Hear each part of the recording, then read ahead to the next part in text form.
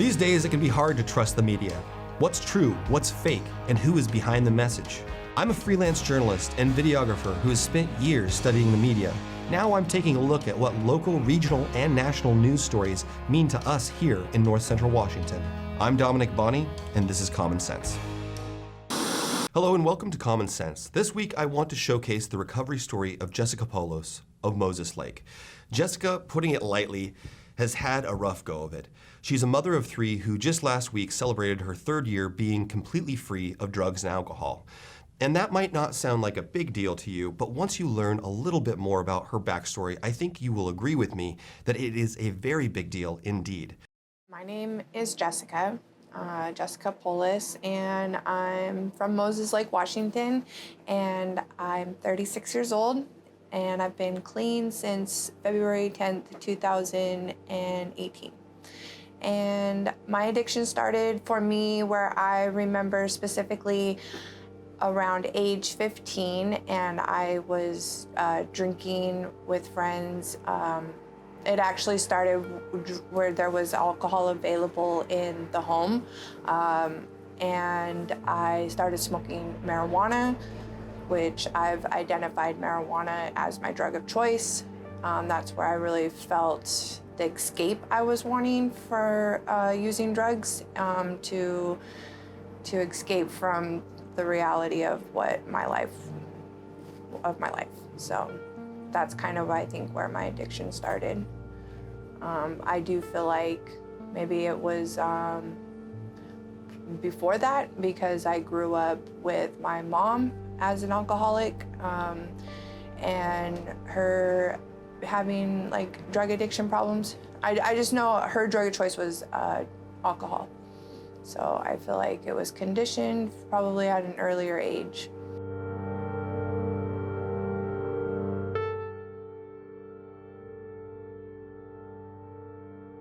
I did have like a group of friends that were very, they were good kids. They were, I had good friends and good that I would assume came from good homes, and it was difficult really fitting in with them. And I remember there just being a moment in high school where I didn't have any friends, and I went through the change from the good crowd of friends to no friends, to then finding friends that smoked cigarettes and could get me cigarettes and were drinking or smoking pot, and I found it a lot easier to make friendships with them. So I think just maybe that would have added a lot to, it was easier being friends with these kids. And I don't even really remember like the first time drinking, or I do remember the first time smoking marijuana, and honestly it was influenced by a boy I liked at the time. And I think that's, like I've said, I know I'm an alcoholic, or I know I'm an addict. I know I'm an addict, but I've had other issues with like boys and codependency and wanting to be loved or accepted. And so I was heavily influenced by boys and what they liked to do. So I tried smoking weed with a boy I snuck out with, and I don't remember getting high the first time. It wasn't until about the third time I smoked weed, and it was at a party that I was at, and I did remember feeling the effects of it at that point, and I remember instantly just feeling just happy and not like so depressed and sad that I had continuously to feel living at home. So I think it just all came with wanting to not be at home anymore, finding where that was going to be with the people, and then what was available at the parties. So I just kind of came of age where I could sneak out or hang out and stay out, and that's what I was drawn to. I didn't have to be at home anymore. I just know I grew up with my mom, and I know my mom had mental health illnesses, and I know between her being an addict and having mental health illnesses, there was a lot that was happening in my home that did affect me, maybe becoming like confident or being on the right track. There was a lot of lack of support and a lot of neglect, I guess you could say, to the needs that I had, and she was an absent parent at times physically, and she was an absent parent mentally, and the way she responded to me growing up was very conditioned, very like, she just would cold shoulder me and ignore me, or when she was like coherent to interact with us, she was really mean. And so I think that affected me in maybe wanting to take care of myself or do more for myself or go further in life with goals. So I do feel like it did affect me, but I also feel like maybe if I had a different lifestyle at home, I still probably could have found drugs. So I do think it has an impact, but I don't think it would have changed maybe my path of finding drugs. I don't know. I really don't know.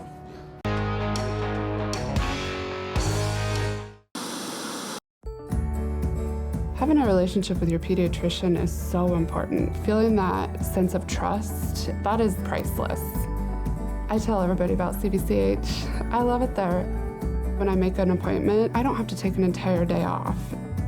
As a working mom, my life is really busy. Family time is everything. That's what we all work towards. And I feel like CBCH respects that.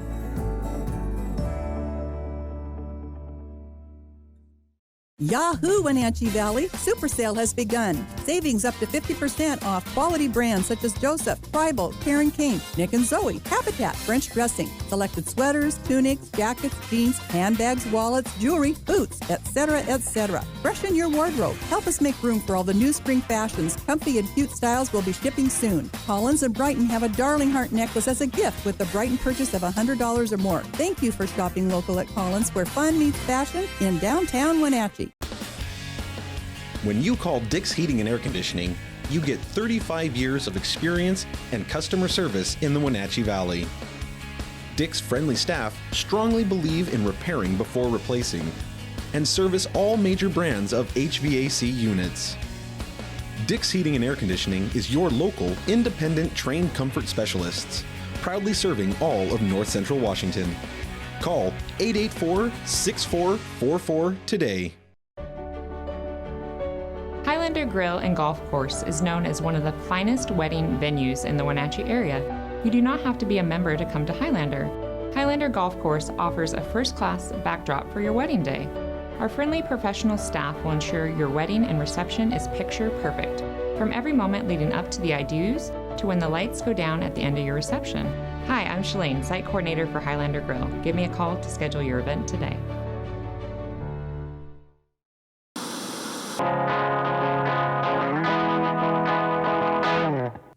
Welcome back. Let's jump right back into Jessica's story. Before the break, we heard about her relationship with her mom.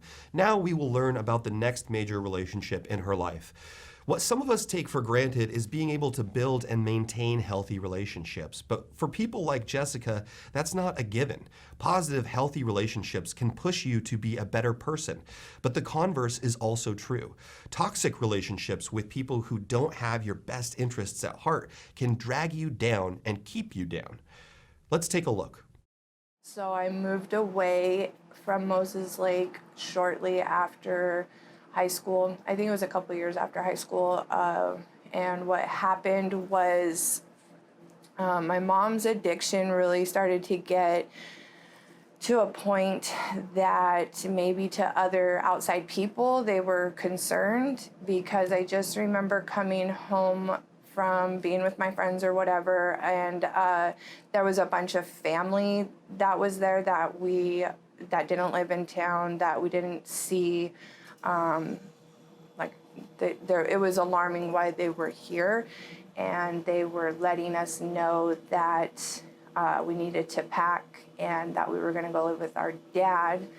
But I wasn't understanding why, because the condition that my mother was in, because she was present in the bed in the living room, the condition that she was in was very alarming to the family, but this was the condition of my mother daily, so I wasn't understanding like what brought this on, and that our lives were at a point where outside people were getting involved, and that was a turning point. I was very rebellious to the situation, very much like thought my life was over because I had to leave my friends, and thought the family was just like way out of line, and just remember looking at my mom like, this is how she always is, and had to go live with my dad, which was in Everett.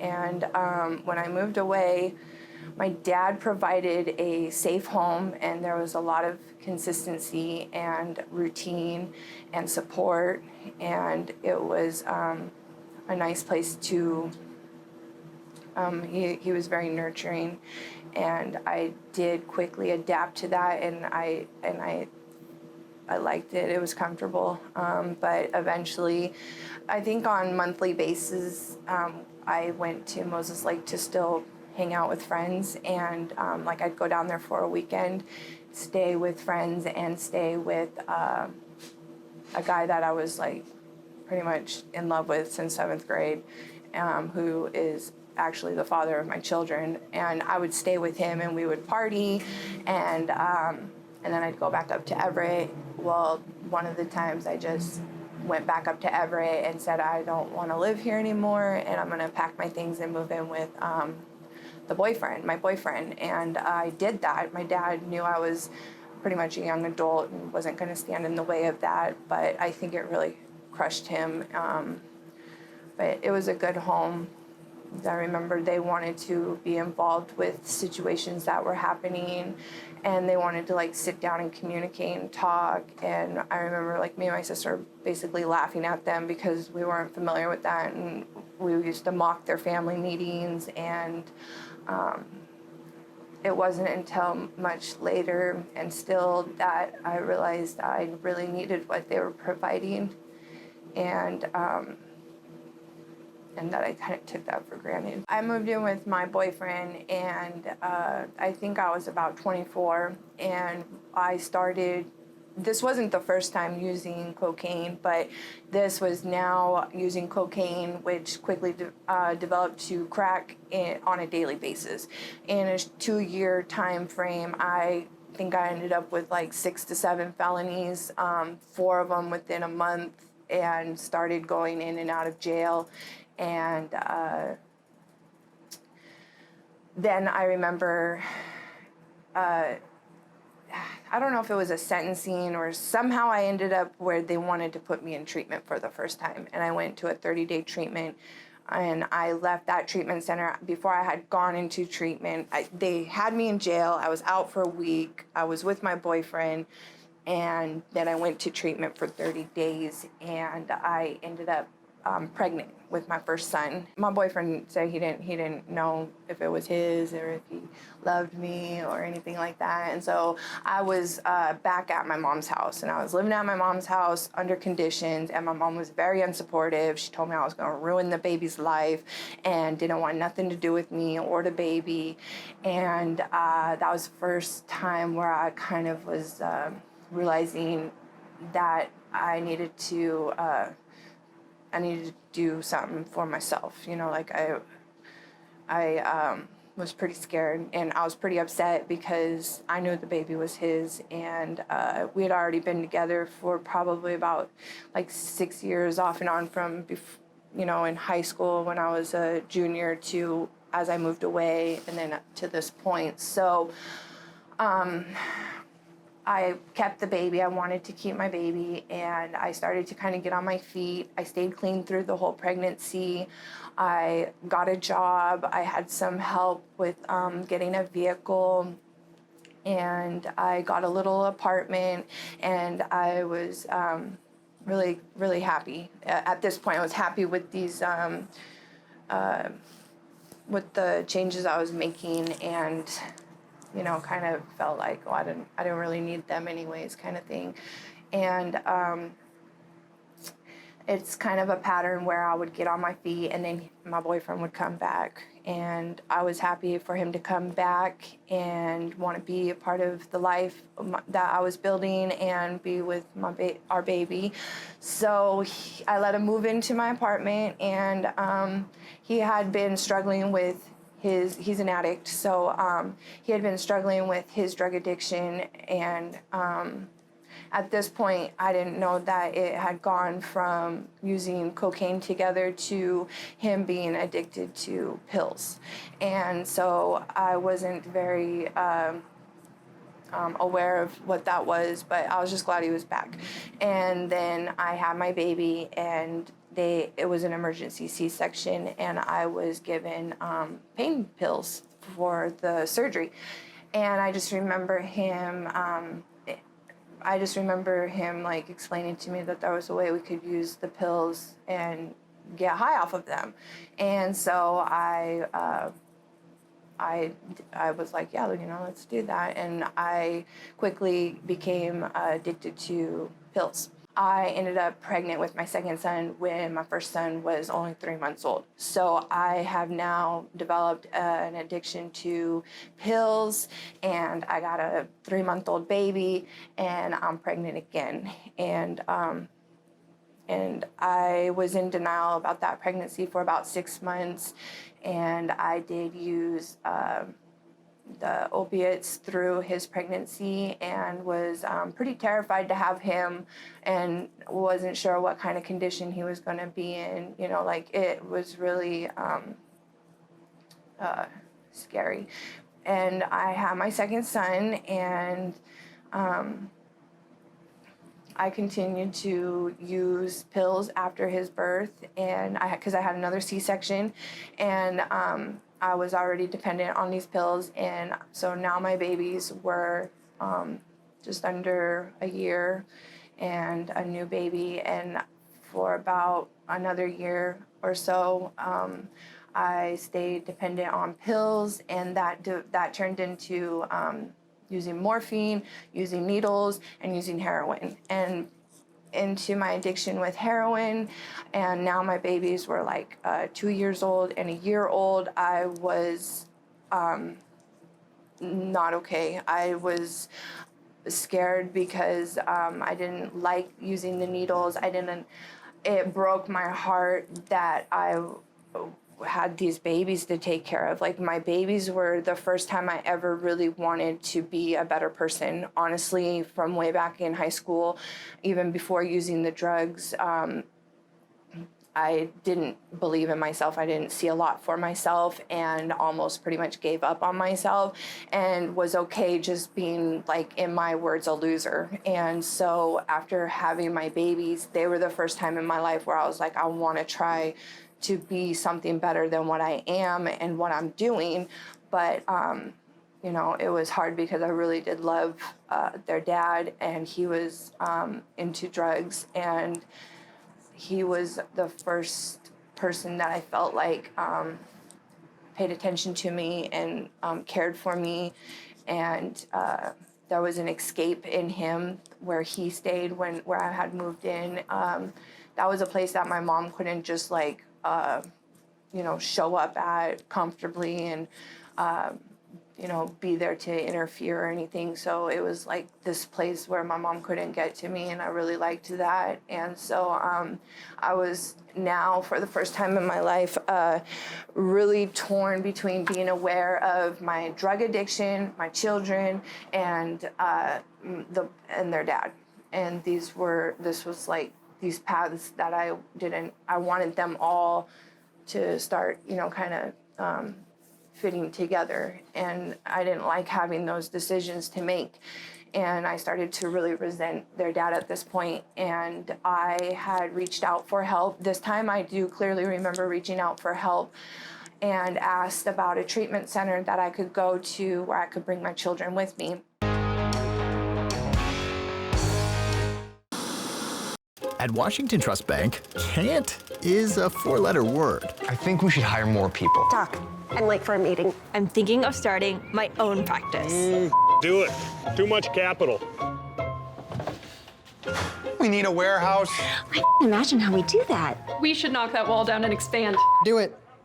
There's always another wall beyond the wall. We believe you can do whatever you set your mind to, and we'll help you get there. Washington Trust Bank, privately owned, locally invested. Link Transit is ready when you are. With enhanced health and safety measures, we've installed upgraded air purifiers and safety partitions between drivers and passengers. Plus, the interior of all of our buses are thoroughly cleaned and disinfected every day. When riding Link Transit, please remember to wear a mask, maintain physical distance, sign up for transit alerts, and stay home if you are sick. Healthier Transit is here. Go to linktransit.com to learn more. Winter is a great time to trade in your current hot tub. Turn your old hot tub into money with Blue Lagoon Pool & Spa's trade-in program. You can save $500 to $1,000 off of any new artesian spa or take advantage of a free Bluetooth music experience. Blue Lagoon Pool & Spa recommends draining your hot tub every 3 months. Ask us about our drain and refill special. Stop on by Blue Lagoon Pool & Spa today.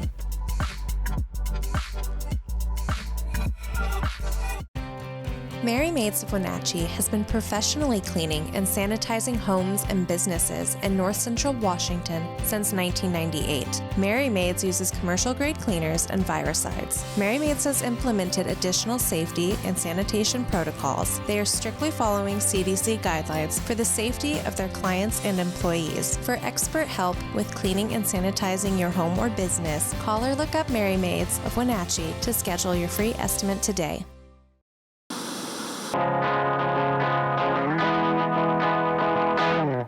Welcome back. Things have started looking up for Jess, but then it goes even further south. And I want to give you a trigger warning here because the next part of her story involves sexual assault. And while she doesn't go into detail, it might be upsetting for survivors and some viewers. My mom at that point helped me get out of town, but she literally just dropped me and my 2 toddlers off at treatment and left and didn't turn back or offer any support or help after that. And I got through and I started to become happy again I've always been very happy clean. I think deep down I've known it's a better way. And right away when I can get away from this situation or the circumstances long enough to not continuously put the drug in my body, I am usually all on board with whatever it's going to take to walk a straight line and be clean. And so I started to utilize the programs there and the support that they had for like the next step housing, and for the first time was taking care of me and my babies from the dependencies that I've always known, which was my mom, the boys' dad, and drugs. And so I started to kind of feel grown up and started to kind of figure out who I was or who I wanted to be, I guess. And then something happened in Yakima that was life-changing, and it was a sexual assault that happened from an employer that I had just started working for, and that completely that changed everything. I remember I called my mom and she didn't answer the phone. And I remember thinking that I could just try to forget that it happened and it happened, and then I was off for 3 days, and then I was supposed to go back to work. And I thought within 3 days I could just try to forget that it had happened and get back to work. And I just remember that like one of the supports in the house saw me and was completely shocked by my appearance and said, "What happened?" And I had told her, and then she said, "You need to go to the hospital right now." And I did. And again, like the doctors and the advocates, the testing all confirmed that I was raped. And then when they went to make the reports, I remember the detective clearly saying, like, it probably wouldn't be a case because I didn't say no. But the reality of it is I didn't say yes either. So at this point, I just wanted to leave Yakima. This is a clear-cut case of the system failing her big time. The person at her home did the right thing. The hospital and medical caregivers did the right thing. But then law enforcement, specifically that officer, did the wrong thing. After this, Jessica's story really goes off the rails. One of her best friends is murdered, and her mother dies, and her third child is born, which is actually a huge blessing that helps her pull things out of a nosedive. I only have a half hour for this show, so I have to keep it brief, but I would encourage you to watch the full, nearly hour-long interview with Jess on the Central Washington Recovery Coalition's YouTube channel. The link is in the show notes on this episode on NCWLIFE.com. Just go to the full episodes tab and find common sense. I have said it before, but I'm constantly impressed by the perseverance and bravery that it takes for folks like Jessica to get clean, stay clean, and bear their souls like this for the world to see. If you are someone who has never dealt with addiction issues, either personally or in your family, it might give you some insight and empathy for what these folks go through, and that's great. But what I really hope is that people who might be in their darkest days, suffering from addiction, ruining their lives, their health, and their relationships, might see Jessica's story and think, I am not alone, and if she can get better, maybe I can too. I will leave you now with how Jessica got her life back on track and how she stayed clean for 3 years and why her future looks bright. The 12 steps, that's where, I mean, I'm gonna be firm about it, but like I work 12 steps in the Narcotics Anonymous program, and that's where my life changed for me. And it's, you know, you get clean and that's a huge accomplishment, and you go to the meetings and that's a huge accomplishment. But for me, in my past experiences, I was not able to stay clean until I did the 12 steps. Because at that point, I always say it's like I'm given this blueprint of why I do what I do, when I do what I do, where fear gets me, and I'm able to kind of better understand who I am and why I'm acting the way I am. Or maybe seeing like an outcome that if I continue to do this, it's likely that this is the outcome. So it's important to have that blueprint of understanding the way I operate, and it gives me strength to live in my community for the things I've done, and face people that I see on a daily basis, because that's kind of what I was saying, is like the job I have is a nice little family place that lots of different people come in, they see me and they recognize me or they don't, and I can face them without that shame. And I've gotten that from owning my past and my wreckage and making what was wrong right. So, I don't know, I just think it's important that it can be done.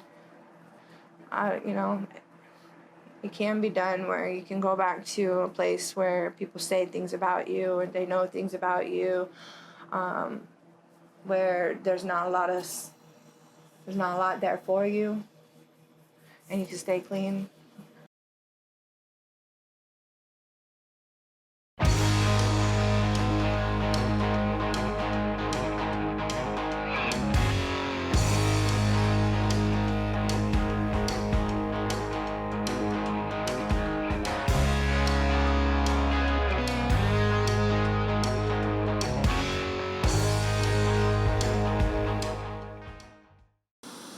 Hey everyone, Fletcher and Amy Ellingson here from Live It Up. Join us every week as we answer your questions on health, wealth, and relationships. We're all about you creating a life that you love, so tune in to Live It Up. Hi, I'm Darcy Christofferson, Administrator of the Washington State Apple Blossom Festival, and you are watching the NCWLIFE channel.